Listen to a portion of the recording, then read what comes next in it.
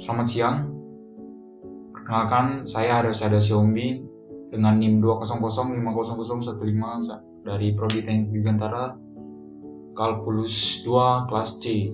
Di sini saya akan mempresentasikan materi tentang metode pengali Lagrange.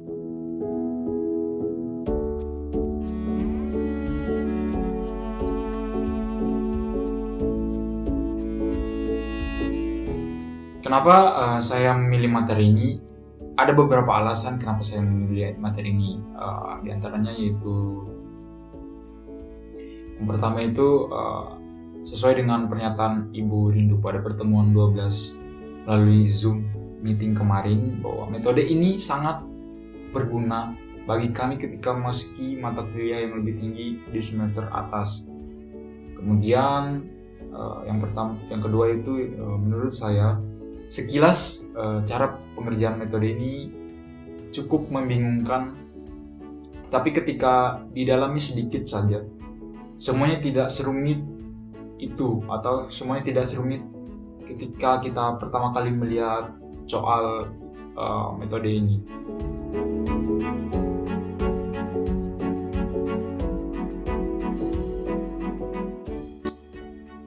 Nah, di sini saya mengambil metode pengali Lagrange dengan satu kendala. Syaratnya yaitu untuk menyelesaikan soal ini fungsi objektif dari XY-nya harus sama dengan lambda dikali fungsi kendala dari XY. Dan syarat selanjutnya itu fungsi kendala XY-nya harus sama dengan 0.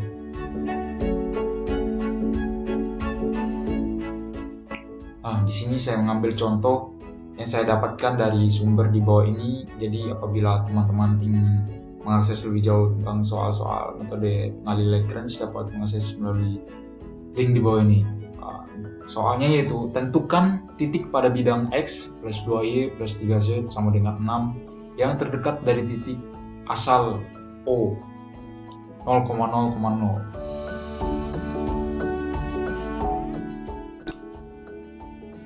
Kita langsung ke step pengerjaannya.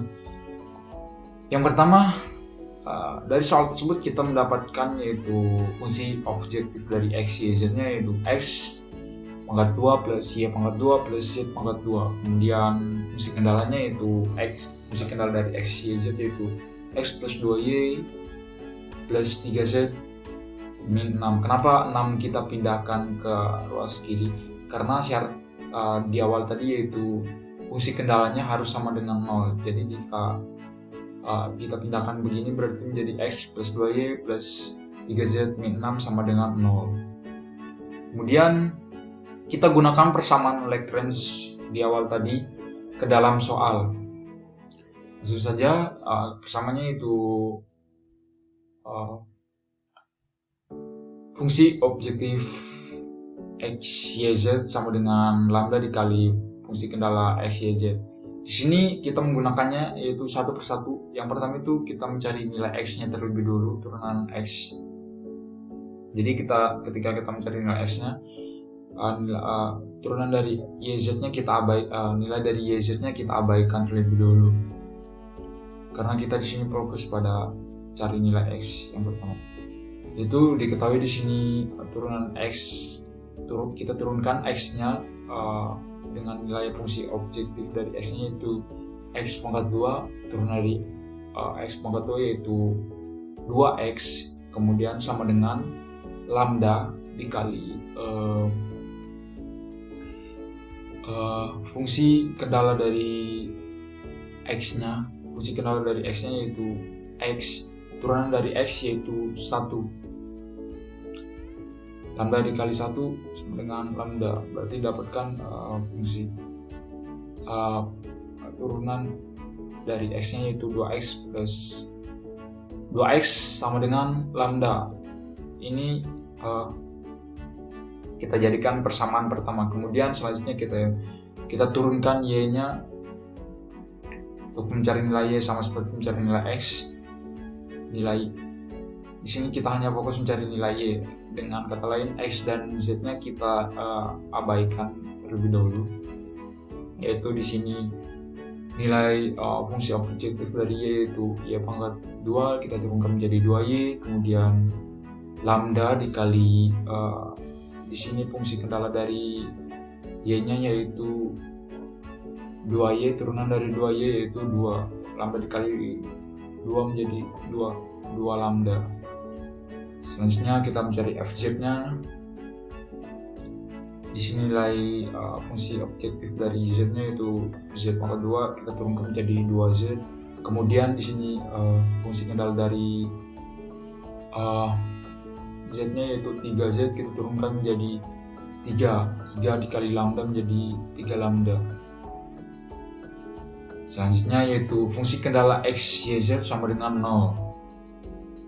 Di sini diketahui fungsi kendala x, y, z-nya yaitu x plus 2y plus 3z min 6, lalu kita pindahkan 0-nya ke sebelah kanan. Nah, selanjutnya sehingga di sini didapatkan 4 persamaan, yaitu di sini persamaan pertama, fy-nya persamaan kedua, fz-nya persamaan ketiga, dan fungsi kendalanya menjadi persamaan keempat. Nah, di sini persamaan keempat ini kita kalikan dengan 2 sehingga didapatkan hasil yaitu 2x plus 4y plus 6z sama dengan 12. Sehingga didapatkanlah 5 persamaan ini yang kita gunakan untuk menyelesaikan step-step selanjutnya.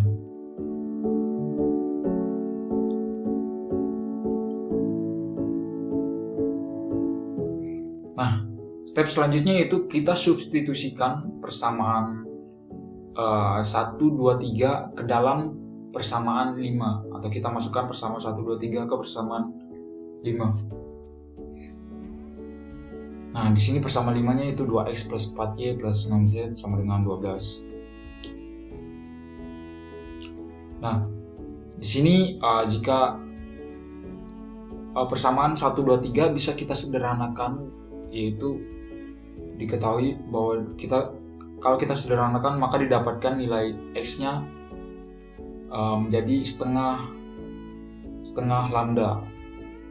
Kemudian 2y sama dengan persamaan keduanya 2y sama dengan 2 lambdanya kita sederhanakan, 2-nya kita pindahkan ke kanan jadi 1 lambda. Kemudian begitu pula kepada persamaan ketiga, 2-nya kita pindahkan ke kanan jadi 3/2 lambda.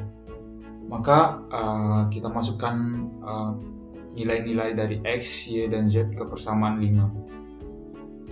Maka setelah kita masukkan, kita kalkulasikan, didapatkanlah hasilnya yaitu 14 lambda sama dengan 12. Di sini kita dapat menentukan nilai lambdanya langsung. Kita dapat mengetahui nilai lambdanya dengan langsung memindahkannya ke samping kanan. Jadi nilai lambdanya kita dapatkan yaitu 6/7. Selanjutnya kita substitusikan nilai lambda ke persamaan 1, 2, 3. Nilai lambda ini kita masukkan ke persamaan 1, 2, dan 3 sehingga didapatkanlah hasil x-nya sama dengan 3/7. Setelah kita masukkan nilai lambdanya 6/7, kemudian nilai y-nya 6/7, kemudian nilai z-nya yaitu 9/7. Nah, setelah kita dapatkan semuanya, maka karena karena hanya ada satu titik kritis, maka titik yang terdekat pada bidang x plus 2y plus 3z sama dengan 6 dari titik asal O 0,0,0 adalah dengan titik x-nya yaitu pada titik x-nya 3/7, kemudian y-nya 6/7, kemudian z-nya 9/7. Maka dapatkan hasilnya seperti ini.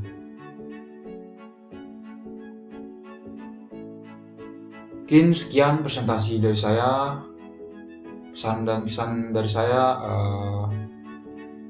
tidak ada yang selamanya bisa hidup di dunia ini. Kita bisa mengubah masa depan. Tetap semangat. Jangan lupa istirahat. Tetap jaga kesehatan. Terima kasih. Selamat siang.